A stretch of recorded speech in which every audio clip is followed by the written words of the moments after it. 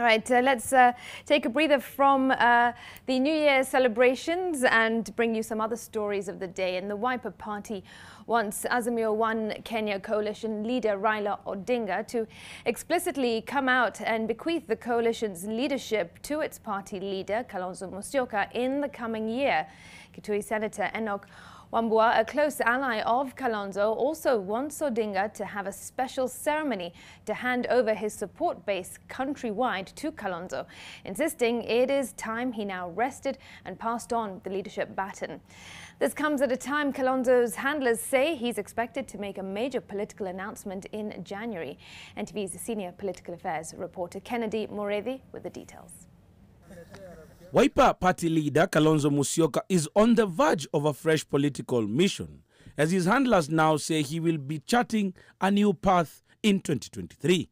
According to sources close to Kalonzo, he has been meeting a series of political players from across the country this December, and his decision may be inclusive of views collected from the various engagements he has had so far. Kalonzo has already announced his intentions to run for the country's presidency in 2027.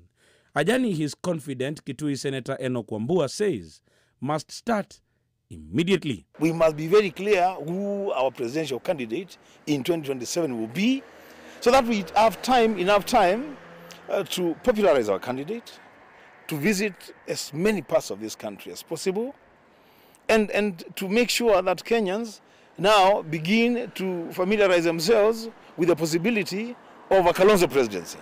And so for that to happen, we must do what Ruto did. We must begin our campaigns yesterday. Wambua says Azimio la Umoja One Kenya coalition leader Raila Odinga has to also accept the fact that Kalonzo has been an integral player in his politics, and therefore it's time for him to pass on the leadership mantle.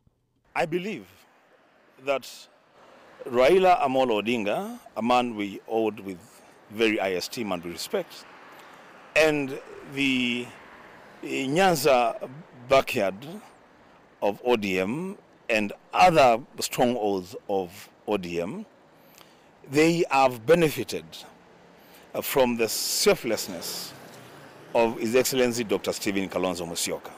It's only fair that they reciprocate that gesture beginning this January. The Kalonzo Brigade also hopes that the political parties within the Azimio fold will still hold and not leave the coalition, as they hope to form a formidable force with the remaining parties in readiness for 2027. The beauty of our coalition is that all member parties to Azimio have retained their identity and they have retained their activities. So my challenge to the Wiper fraternity across the country is that we must dig in and push the Wiper agenda, which is to prepare Kalonzo Musyoka for president, as much as each one of us can.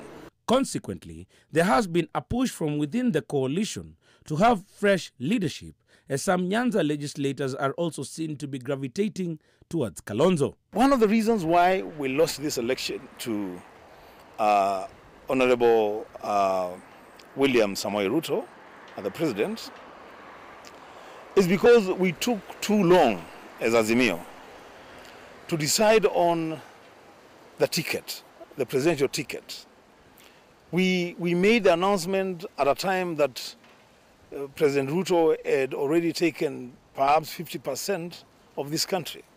Just as Kalonzo, Raila has also promised his supporters that he will make a major statement next year and give his political direction. I'm very happy to see the heightened activity around our Azimio leader, His Excellency the Right Honorable Raila Amolo Odinga.